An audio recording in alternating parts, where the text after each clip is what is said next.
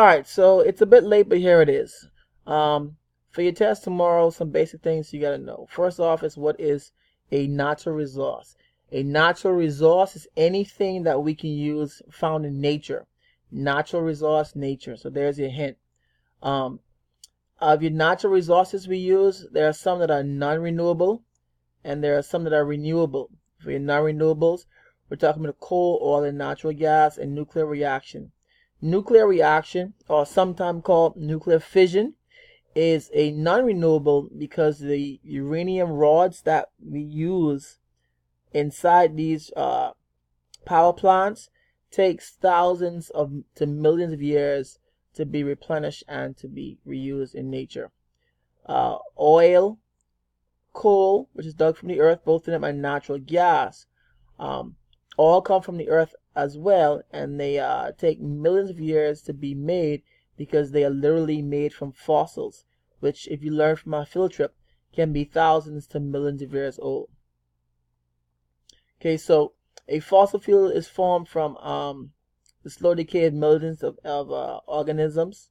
Nucleus, uranium rock, once again, it is pretty long term to replenish.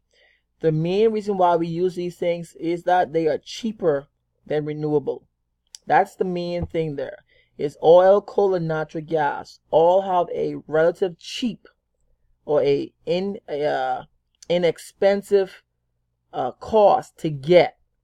Building a wind farm, building solar farms, these are billions of dollars. Building a hydroelectric is lots of money. Digging oil is relatively cheaper. The other thing is, you've noticed that when we talk about oil, we're really talking about this next word you call petroleum, which also means oil. The main reason why we use it, once again, it's relatively cheap, and it has many uses. Petroleum oil is mostly used for transportation.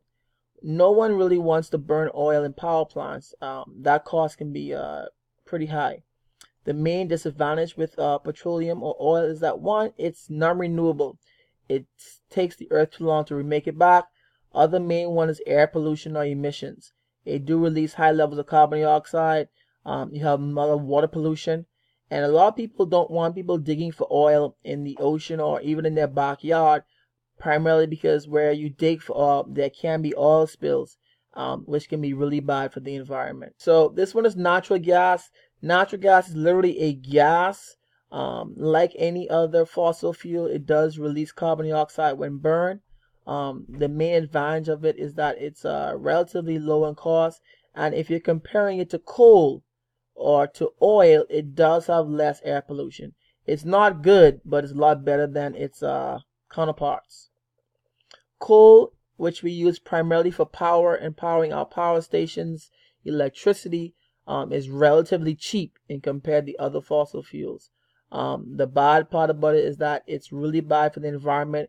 We gotta dig up the mountains, we gotta destroy habitats to get it, and then when we burn it, we release high levels of greenhouse gases, okay, into the atmosphere, and it does cause acid rain, okay, and that's that whole sulfur dioxide thing you saw on your pretest. So this is nuclear power. Once again, nuclear power has the one major advantage is that even though you see all this stuff up here, that's not smoke, that's steam. So there's no greenhouse gas, so it doesn't hurt the environment. However, the really bad part is that it's really expensive to build, and the radioactive waste lasts thousands of years and must be stored.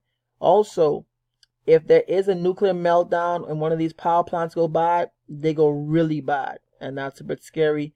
And that's why people don't really want them built in their backyards or in their neighborhoods or communities. So your renewable energies are pretty simple. They can be regenerated, which means that nature makes them back pretty quickly. You gotta know all of your major renewables.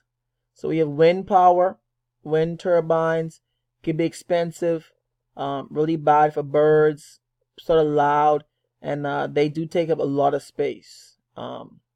Solar, there's no fossil fuel, so with all of your renewables, the thing to remember is that there is no carbon emission, so they're not polluting. They're expensive to build. They may not be super efficient, but at least they're not polluting the atmosphere. scroll this right quick. Hydropower means moving water. You gotta build a dam. The bad part is that they have massive amount of flooding and environmental damage. Alright, so let's move on to geothermal. Keep in mind the term geo means earth and thermal means heat. So it's heat from the earth. These are really good renewable options. They're stable, they're reliable, very little to no pollutants, although they are expensive and you have to be near a volcano for them to work. And here's your last one, biomass. Bio means life, mass means weight. For this one, we pretty much mean that we are burning through plant matter, so mostly trees. And so keeping in mind the role of trees is to absorb carbon dioxide and release oxygen and to prevent erosion. So when we cut down trees to burn for biomass, it is only renewable if we are planting trees back. So the term biomass does include the word conservation, which literally means that we are making good decisions, we're planting baby trees, we're protecting the environment. So biomass is assuming that we are always still doing conservation. So if you were to look at North Carolina specifically, you can see even though we're a fairly progressive state, we're still primarily burning coal for most of our power. The next one we use for mostly in North Carolina is nuclear, natural gas, and so renewables are very small within our state, but we got some ways to go. Okay, so the last thing I want to do is go over some of the questions that you guys were struggling with. Number one says the burning of fossil fuels. So key here is that sulfur. Keeping in mind sulfur is related to acid rain. So that's your connection here. These two things. Number two, looking for a negative, something negative about dams. And if you go back on your pros and cons, you know that dams do lead to habitat destruction. So I'm highlighting the common words here so you can look at them and say, okay, what is the question asking me? Number three, which is most likely effect of burning fossil fuels? So anytime you burn fossil fuels, think about you burn anything, ash goes down, but smoke goes up. In that smoke, you're talking about air pollution. So increase air pollution. The more we burn, the more pollution we'll have up. Number four, so this word here, depletion, it means going down slowly. Like your cell phone battery isn't cut off, it goes down slowly. So if you take away trees, you're going to have increased erosion. Okay, keeping in mind one of the goals of trees is to hold the dirt together. Number four and number five are pretty similar. Number six and number four. So if you burn fossil fuels, you'll be adding more heat and carbon dioxide. Hopefully you saw that one there. Let's go through it. Solar, it can be captured. This is an easy good one. It can be accessed, that's true. It can be used during the day hours, that's true. It's natural, so they all are correct. This word here, best. But the best definition for solar is that it's natural, or in other words, it's renewable and does not cause pollution. And here's why. Even though A is true, you can still use solar with a light.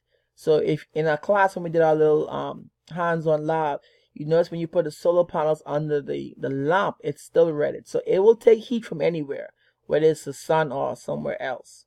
It doesn't really make a difference to the solar panels. It only can be used, so your solar will only capture energy during the day. But if you have batteries, you can use it whenever. Let's look at another one here. Which would be the most likely consequence? Consequence being a key word here. Of fossil fuels are depleted. So if we ran out of oil, coal, and natural gas, how would it affect us in our everyday life? Well, the cost of gasoline, which is a fossil fuel, will increase. It's called the law of supply and demand. The less of something you have, the more it costs. Number two, you see this word depletion of trees once again. So you're seeing the same thing. If there's no trees, we're going to find an increased global temperature. Once again, trees absorb carbon dioxide. The more carbon dioxide you have, the more heat is trapped on the earth and causes global warming. Many communities in the United States use coal problem with coal, once again, is that ecosystems can be damaged. So digging for coal, you look at the picture, digging the mountainside, it does quite a bit of damage as well. The more people we have, so if we increase global populations, if your amount of people goes up, what's going to happen? Your demand for energy. People will never stop wanting electricity. We will never stop wanting to drive cars. We won't ever stop wanting to do the things that we want to do. So the more of us there are, the more it will drain our resources. What is the advantage of energy produced by hydroelectric power plants compared to the energy produced by fossil fuels? So hydro plants take up less space. Maybe it may not be true. Hydro plants, however, use a renewable. So your keyword here is asking, do you understand that hydro means renewable and fossil fuel plants means non-renewable? So they literally gave the answer here in the question. Once you know your vocabulary words. Let's make this full screen. Keyword here is transportation. Which energy source of these would affect global transportation if depleted? So if we were to lose coal, well, unless you're driving a steam train, that'll be different. No one drives nuclear power. Natural gas cars are becoming more popular, but we're not here yet. So answer will be petroleum. Keeping in mind the word petroleum is the fancy word for oil or gasoline.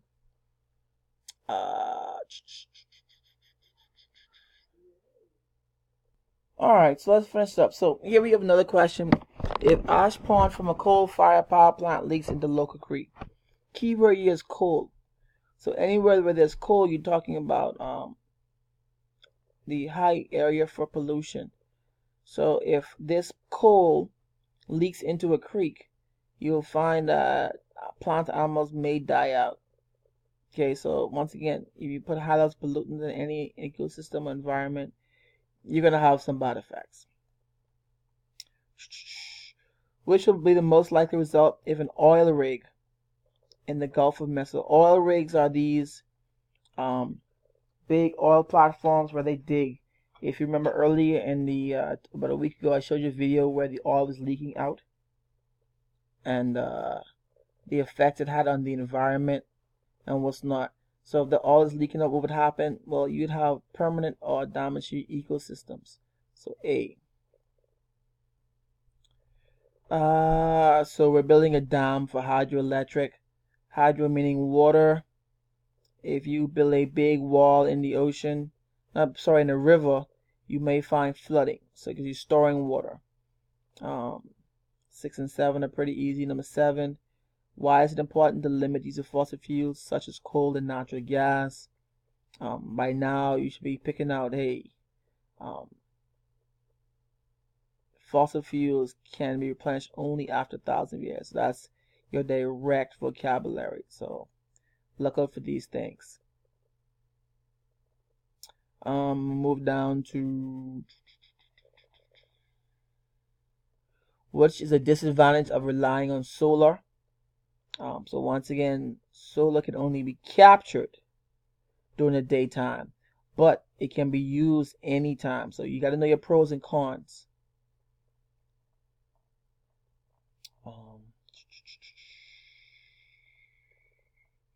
Which is most likely an environmental consequence of transporting large amounts of oil on boats. Wherever you have oil, it's a liquid on a boat. You know there can be a spill, and we talked about that one already. So hopefully you have picked C as your answer choice. So I hope you guys use this review to help you guys do as well as possible on your test today. Hope it helped you guys. If you have any questions, please feel free to ask me before you start your test.